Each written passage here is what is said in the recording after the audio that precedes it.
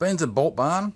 They can't help me with the sway bar linkage here to know what thread that is. All they can tell me is that it's a 3/8.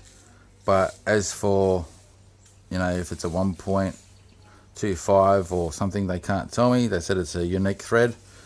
To buy the sway bar online, that doesn't look much different to what I'm about to make, is $80.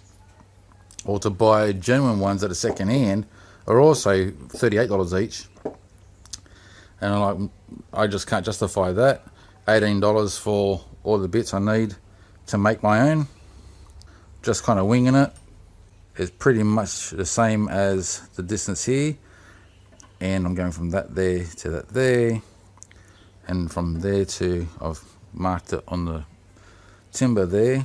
So from there to there. So what I'm going to do is I'm going to use Loctite. Lock all these nuts into place, use the grinder to smooth them out, and then I'll cut it where I need to make my 2 sway bar linkages. Now, these links are basically AU1 and prior to that, because everything from X, Y and later all had the style that I'm making right now. If you got AU2 whatever, it's ball joint linkages, completely different, so you're not going to have to worry about this. Although if the thread buggered up on one of them, you'll be buying new linkages, which is, I think they're cheaper anyway. I don't know why the nut and bolt system is so expensive. But anyway, it's now done with Loctite.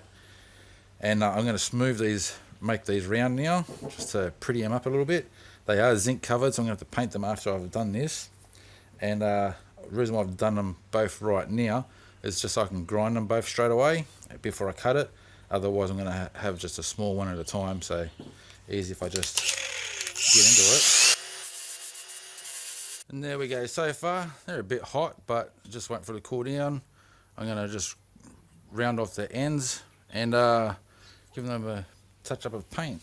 So yeah, you've got this part here. That's when you tighten them up, you can only tighten them up to so far, and that's the ideal pressure that they need to be with the bushings. So what I've done is, and you don't get this with when the bolt ones, you have to just guess it.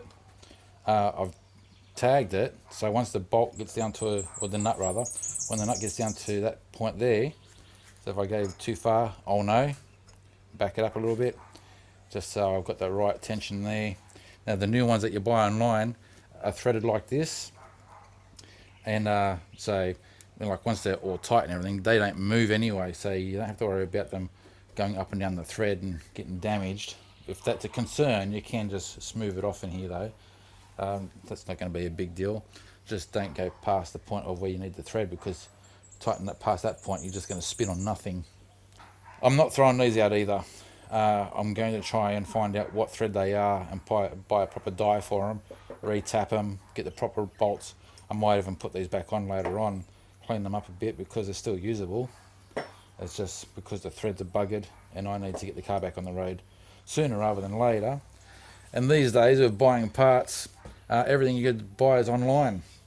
So every time you buy something online, you've got to wait a week and a half, 2 weeks before it arrives, and I don't want to muck around. I've been waiting enough for the bushes and everything. No more waiting. I want to get the car back on the road.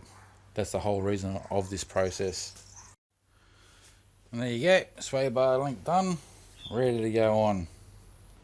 Like I bought one.